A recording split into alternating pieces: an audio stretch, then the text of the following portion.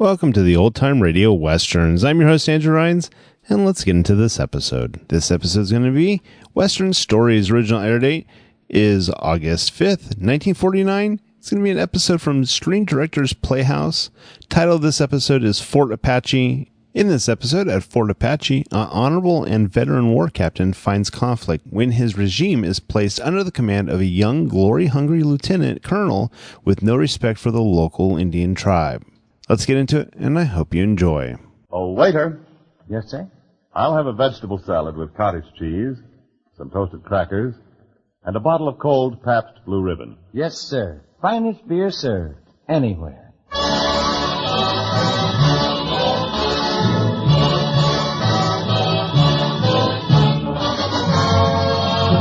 From Hollywood, Pabst Blue Ribbon, finest beer served anywhere, proudly presents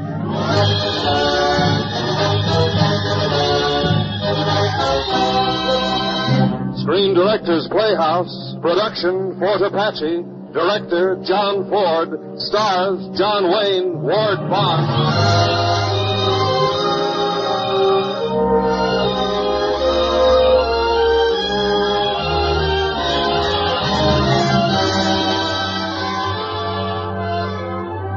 The Hollywood Screen Directors present a footnote to valor, Fort Apache, starring John Wayne and Ward Bond, and introduced by the director of the film, John Ford.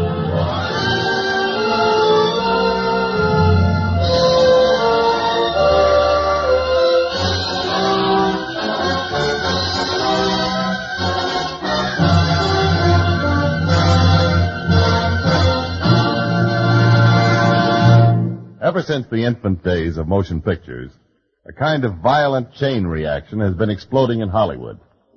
The source of this rather awesome force is our guest screen director tonight. His explosions have taken the form of such brilliantly directed films as The Informer, Stagecoach, How Green Was My Valley, and tonight's story, Fort Apache. Ladies and gentlemen, the director, Mr. John Ford.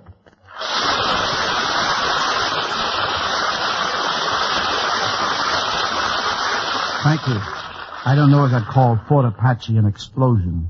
If I were translating it into sound, I'd say it was a bugle call, brave and distant and a little sad. An echo of the cavalry regiments that galloped to meet adventure on our western plains.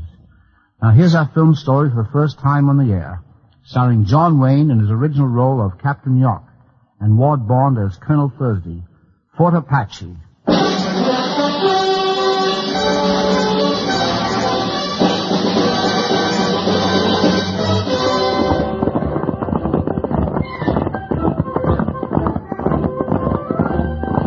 This is the story of Fort Apache, of the regiment, the officers and men who manned her, how they lived, and how some of them died. Fort Apache was the last frontier, a tiny cavalry outpost in the heart of Indian-infested country. My name is Captain Kirby York. I'd been through enough Indian campaigning to have a healthy respect for the Apache, both as a fighter and as a man. Colonel Owen Thursday, the new commanding officer, was a career man out of headquarters in Washington, with a lot of strange ideas about frontier discipline, military science, and the lowly savage Indian. Gentlemen, I have been ordered to assume command of Fort Apache and to aid the Indian agent Meacham in putting down the uprising caused by the Apache chief Cochise. While some of our regiments are leading well-publicized campaigns against the great Indian nations, we are asked merely to ward off a few cowardly Digger Indians. The Apaches, sir, are hardly Digger Indians. You would scarcely compare them with the Sioux, Captain York. No, Colonel, I wouldn't. The Sioux raided into Apache territory once. You could follow the Sioux retreat by the bones of their dead. We'll discuss that some other time, Captain. The immediate point is that Cochise and his Apaches have left the reservation. Our orders are to get them back. Sir, no troop or squadron or regiment can keep an Apache on a reservation unless he wants to stay there. 5 years ago, we made a treaty with Cochise, and his Apache stayed on the reservation in peace. For how long, Captain? Until the Indian agent, Meacham, was sent out by the Indian ring. He cheated them, degraded them, until they couldn't take it anymore. Cochise broke his treaty. Yes, rather than stay here and see his nation wiped out. The political aspects of the situation do not concern me, Captain York. We have a military job to do, which I am sure we will accomplish with glory. This is hardly a country for glory, Colonel, but I wish you luck, sir. Any questions? No questions, sir.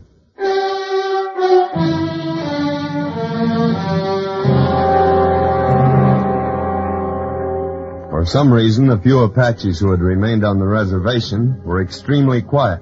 This was unusual. It worried me. But evidently it didn't worry Colonel Thursday, for about a week later I was detailed to escort his daughter out riding for an inspection of the mesa. Come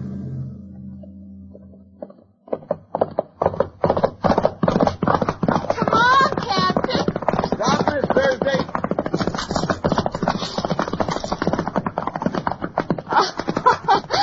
Well, I beat you. You shouldn't have raced ahead that way, Miss Thursday. Why not? This is Indian country, and I'm responsible for you. Oh, I'm not afraid. Oh, look, Captain. Down there. Smoke. Is it an Indian signal? No, not a signal. That's where our telegraph wires run through to Fort Grant. Oh. I've got to ride down this slope and find out. Can you get back alone? Alone? No, I'm going with you. Hit it. Easy now. Let him have his head.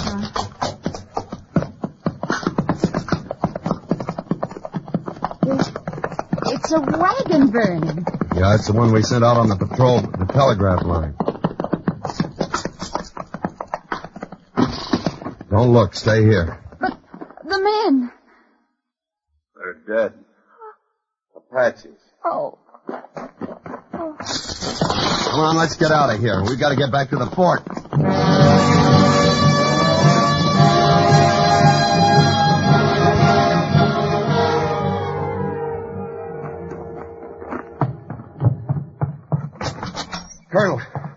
Colonel Thursday, sir. Now what, Captain York? Repair wagon. Burned. And the troopers? Spread eagle down the wheels. Roasted. Oh, no. Where'd it happen? Near Blue Mesa, sir. They cut the telegraph wires. Captain Collingwood, hand me that map. Yes, sir. Now, show me the place, York. Here, sir. On this low spot between the hills. Captain York, send out a wagon of detail to repair the wires and bring back the bodies. Yes, sir. Sergeant Mulcahy. Yes, sir. Assemble a platoon from Company A. A platoon? I said a detail, Captain. An officer and 4 men. But those Apaches may still be around, Colonel. I am running a command, not a debating society. Captain York, you will personally take the detail and leave at once. Very good, sir. If I know Apaches, Colonel, you're sending those men to a certain death. I know what I am doing, Collingwood. And now you assemble a platoon immediately. You mean the platoon is going to trail a wagon? Correct, at a striking distance. Surely, Collingwood, even you have heard of the trap as a military weapon. Yes, sir.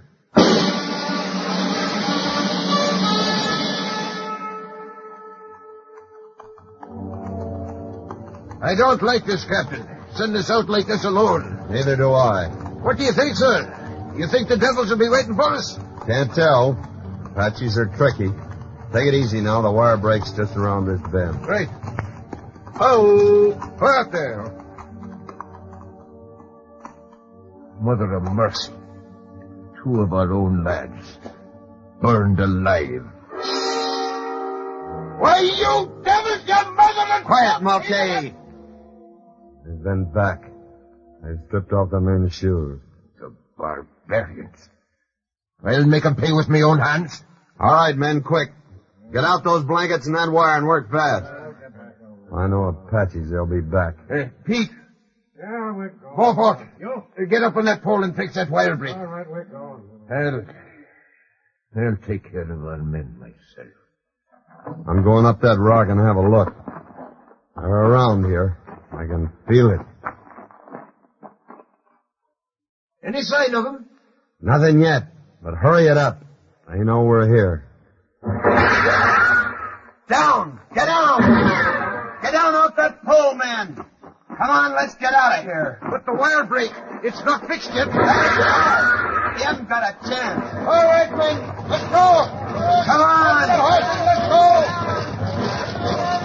There must be 100 of them. Diablos, man. We're like clay pigeons out here in the open. Master, we got to outrun them. It's our only chance. That's the devil. Return fire. They'll never take us alive. What kind of trap did the blasted colonel send us into anyhow?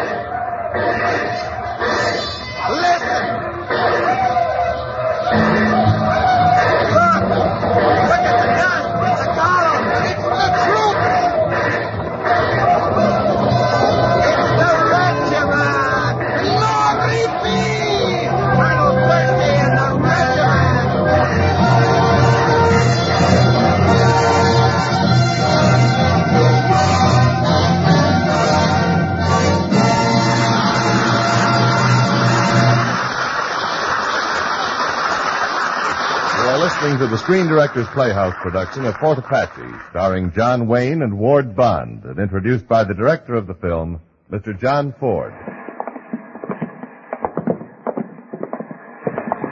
You are in Atlantic City. The boardwalk is crowded with strollers. You, foot-weary and breathless from a marathon walk, pause to wipe the perspiration from your forehead. The salt air is cooling, but somehow it doesn't satisfy your thirst. There must be a place nearby where you can... Wait a second. What's that little blue sign in the cafe window? Oh, brother. Pabst Blue Ribbon. Finest beer served. Anywhere. Yes, during these hot August days, you're just one of millions of men all over America to whom that Pabst Blue Ribbon sign means welcome relief. For Pabst Blue Ribbon does something more than quench your thirst. It gives you taste. Blue Ribbon taste. The kind of taste you can't get anywhere else in the world except in that Pabst Blue Ribbon bottle. And, fortunately, you can get that Blue Ribbon bottle all over the world. Yes, you hear it everywhere. In Atlantic City and Appleton and Ann Arbor and Atlanta. Pabst Blue Ribbon. Finest beer served. Anywhere. Your taste will tell you why.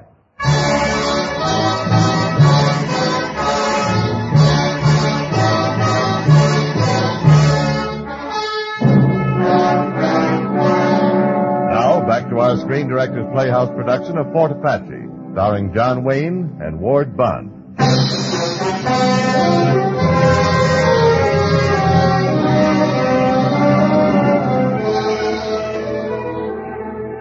What was left of Diablo's raiding party after the battle we took back to the reservation at Claw Springs.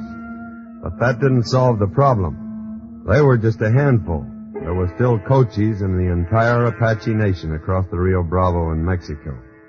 But right here at Claw Springs was the root of the trouble. The unscrupulous Indian agent, Meacham. Mr. York, how good to see you. Captain York Meacham. Oh, yes, of course, you soldier boys and your titles. And this is Colonel Thursday. Ah, another exile in the Mr. wilderness. Meacham, a band of Indians left this reservation. Yes, the ungrateful dogs. I treat them well. Meacham, you drove Cochise and the Apaches off this reservation by starving and degrading them. Why, I... Getting them whiskey instead of beef. Trinkets instead of blankets. But Cochise did the only thing a decent man could do. He left and took his people with him across the Rio Bravo into Mexico. Why, he broke his treaty, and I demand you soldier boys bring him back by force if necessary. Any demands you wish to make, Mr. Meacham, will be made through official channels. Well, I only... Captain York, what's in those boxes? They're marked books, sir. More likely cheap whiskey. No, he's lying. I'll open them and see, Captain. Okay. Right, sir. You're the colonel. Here, what are you doing? You have no right to... Oh, it's a miracle, sir. The books have turned into whiskey in a barrel. I have a government license to keep a medicinal supply of... What shall we do with the books, Colonel? Destroy them. Mulcahy. Yes, sir. And what about these Winchester rifles, sir? Destroy them, too.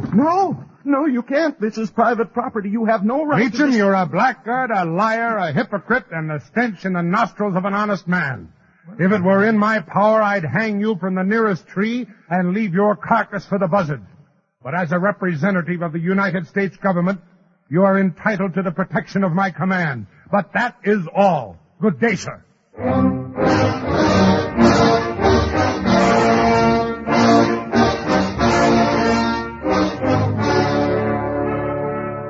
You sent for me, Colonel? Sit down, Captain York. Yes, sir. Now, about this Cochise. We've got to bring him back. In 6 campaigns, he's outgeneraled us, outfought us, and outrun us. That's just the point. There aren't enough troops in the territory to make him come back. But one man, a man he trusts, might persuade him. Cochise knows me. You're a fool, Captain. Assuming you found Cochise, his men would cut you to pieces. That's possible, sir, but I've never lied to Cochise, and if you'll assure him decent treatment for his people, A carbine against his spine might be more persuasive. Oh, I'd have to go unarmed, sir. Have you forgotten what happened to the men on the repair wagon? Well, I can't fight my way to Cochise. Other men have tried that. If we could manage to get him back to United States soil. Well, you have my permission, Captain. How many men will you need? One, sir. Sergeant Beaufort. He knows the country. He was born in Mexico. I'd like to leave at once, sir. Proceed, Captain, and take your sergeant. I hope you make it.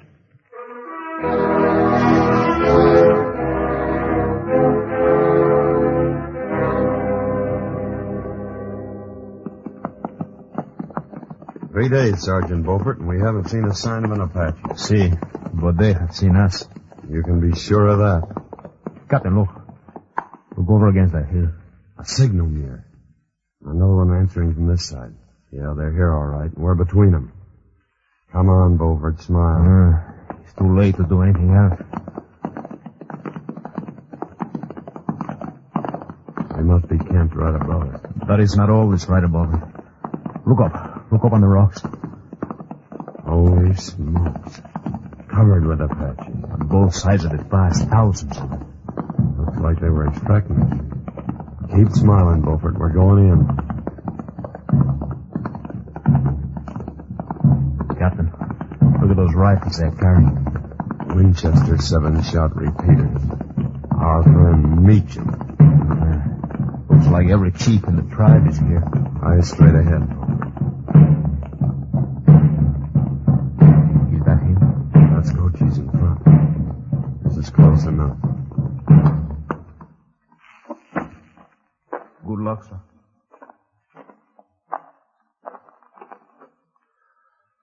Buenas tardes, Cochise.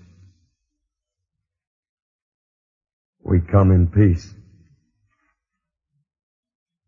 Buenas tardes, friend.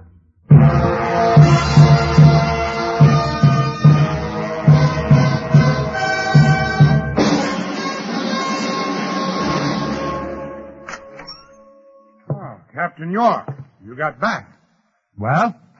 Cochise has crossed the river, Colonel. He's coming in with all these people. He wants to talk peace. He's back on American soil? Yes, sir. Good. Captain, the regiment moves out at dawn. The regiment? But I promised Cochise we'd meet him alone, unarmed. You and me and Meacham. Why, Meacham? He insists Meacham be present. Oh, very well. You will prepare your troops to march at dawn. But Cochise will think I've tricked him. Exactly. We have tricked him. We've tricked him into returning to American soil, and I intend to see that he stays here. Colonel, I gave Cochise my word. Your word to a breech-clouted savage? To an illiterate, uncivilized murderer and treaty breaker? There is no question of honor, sir, between an American officer and Cochise. There is to me, Colonel. You can't send out the regiment. Captain York, so long as you are in my command, you will obey my orders. The regiment will march at dawn.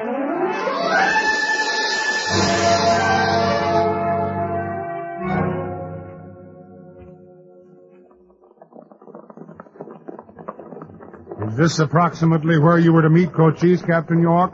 Just about. Halt the troops. Ho! Ho! Ho! Captain, I propose to deploy our men, sending 2 troops to the north and 1 to the east. The Apaches, sir, are neither north nor east, and they're not in their encampment. If you'd been watching the dust swirls to the south, as most of us were, you'd know they're over there, just coming over the ridge. That's Cochise now, sir. They're about 4 to our 1. Most of them with Winchester rifles. Do we talk, Colonel, or fight? You seem easily impressed by numbers, Captain. However, I'll honor your word to Cochise. Where's Mr. Meacham? Meacham! Here, sir, at your Mr. side, Meacham, Colonel. we are riding out to talk with Cochise. Oh, he's not the kind you can talk to, Colonel. I warned You you. will accompany us, Mr. Meacham. Come on, Captain. Up! Up!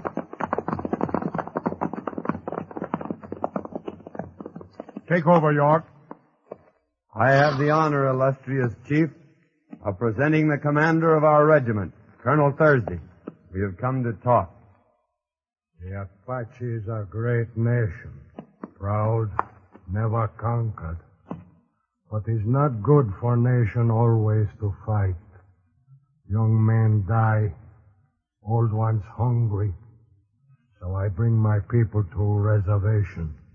Then this man come make trouble. He means you, Meacham. He lies. Evil man who make my people bad. He's worse than war. He starved my children. No. He killed my people. No, it's not true. Send him away and we will talk peace. If not, there will be more war. Are you threatening us? Colonel, don't interrupt. It's an insult. And for each of us you kill, 10 white men will die. Silence! I did not come here to be threatened. Cochise, I find you without honor. That government which I represent orders you to return to the reservation by dawn, or we will attack.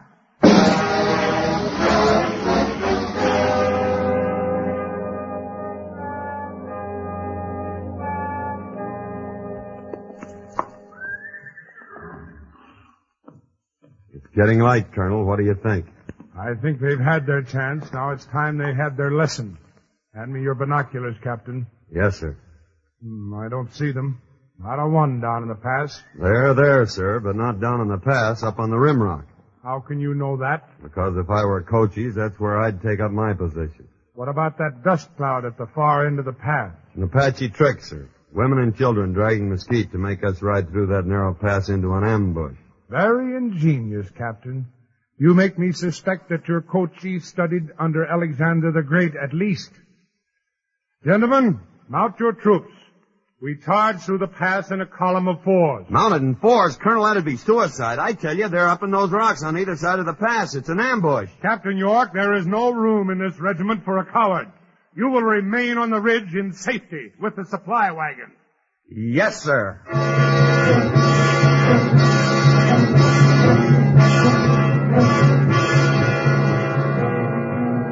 A charge in 4s? Thursday was insane. I took Sergeant Mulcahy with me and wheeled the wagon back up onto the ridge. Roll over! The regiment started forward at the half gallop. The faces of the men set and grim. There they go, Captain. The finest lads they ever soldiered. First the A Company. Down into the pass. They didn't have a chance, but they kept charging through. B Company. C Company. Horses. Men. Racing. Shooting. Tumbling crazily as they fell screaming. Captain, look! Colonel Thursby's been hit! Keep me covered, Mulcahy!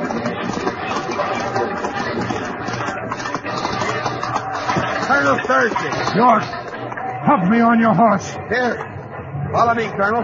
I'm dug in on the ridge top. No, Captain. Your saber. I must rejoin my command. There is no command. It's wiped out. We're all that's left of it, don't you understand? Us and the wagons on the ridge. Then back to your ridge, Captain. We'll charge in 4s. Come back, Colonel. Come back. Come back. Hurry, Captain, over here! Thanks, Mulcahy. Don't quick! You'll draw their fire! What difference does it make?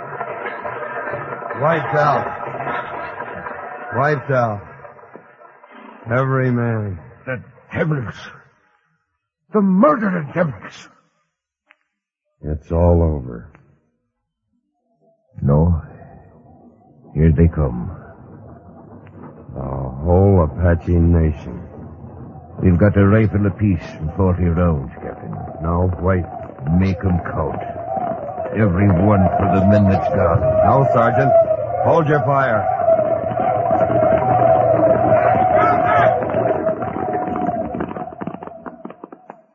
You stopped. Cochise is riding out to us. Here. Take my gun. But, Captain... I gave Cochise my word. I'll meet him unarmed.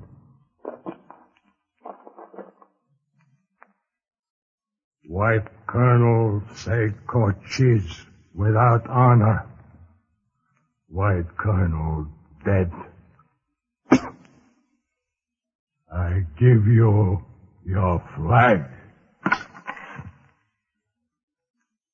For a moment, Cochise stared at me. Then he wheeled his horse, and like a great wind, the Apaches rode away.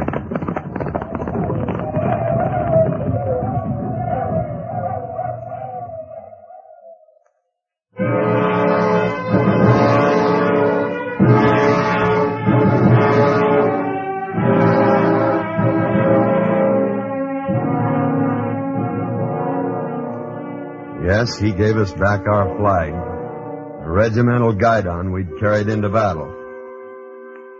Now the regiment of Fort Apache has been reformed. Names are all changed. Those others haven't been forgotten because they haven't died. They're living right out there. Tomorrow when we take to the field, they'll be riding with us. Collingwood, O'Rourke, Mulcahy, Beaufort, yes, and Thursday. Their names may change and their faces, but they're the regiment and the regular army, now and 50 years from now.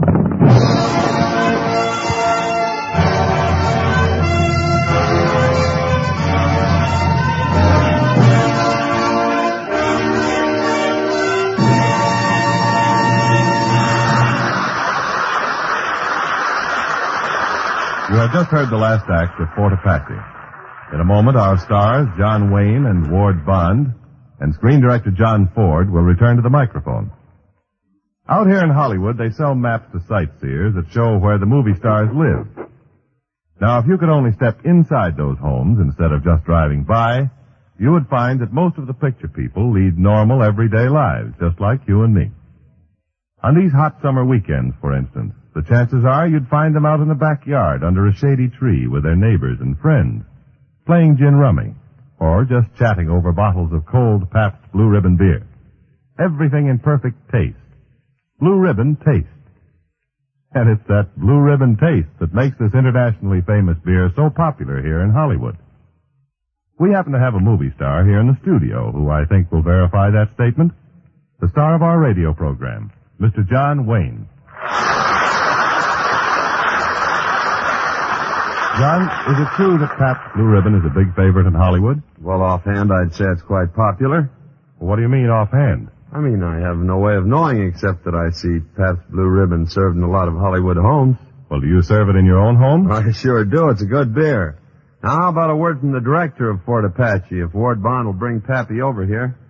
What do you mean, bring Pappy over here? That's the trouble with you actors. Just because I'm a director, you think I'm afraid of a microphone. Well, Pappy? Well, I am, and that's why I'm going to say good night and get out of here. There speaks one of the world's greatest directors. Come on, Pappy. Good night, folks. Good night. Good night. And good night to you, John Wayne, Ward Bond, and John Ford. Don't forget, tomorrow is the beginning of another weekend. 2 whole days to relax and have fun. You'll be planning picnics and backyard barbecues. Just be sure there's plenty of Pabst Blue Ribbon cooling in your icebox. Tomorrow morning, ask your dealer for a case. In cans or bottles, Pabst Blue Ribbon is the finest beer served anywhere. Your taste will tell you why.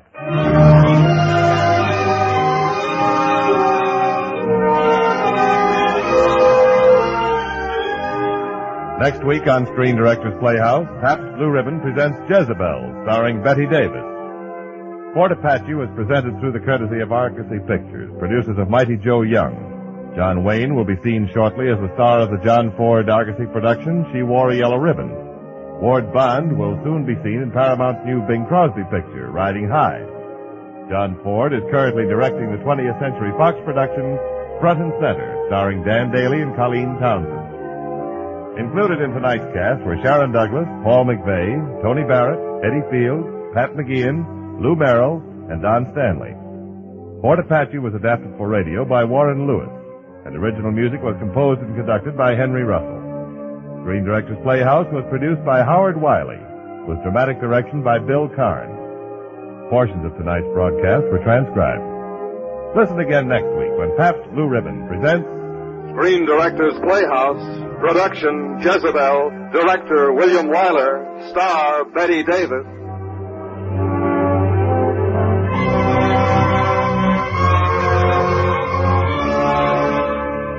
Screen Directors Playhouse is brought to you by the Pabst Brewing Company of Milwaukee, Wisconsin, Newark, New Jersey, and Peoria, Illinois, and sent your way with the best wishes of the Pabst Blue Ribbon dealers from coast to coast. James Wallington speaking.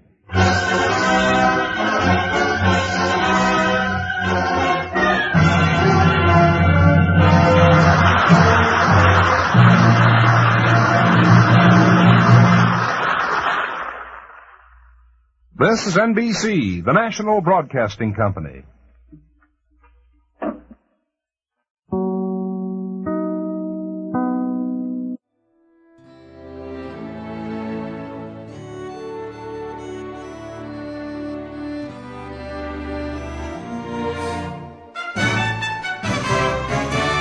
This has been a presentation of OTRWesterns.com, and we hope you enjoyed. Please take some time to like and rate our shows in your favorite podcast application. Follow us on Facebook by going to OTRWesterns.com/Facebook. Join in the conversation by going to OTRWesterns.com/Discord. And don't forget to send us an email, podcast@OTRWesterns.com. This episode is copyright under the Attribution Non-Commercial Share Alike copyright. For more information, go to OTRWesterns.com/copyright. Have a great day, and again, thanks for listening.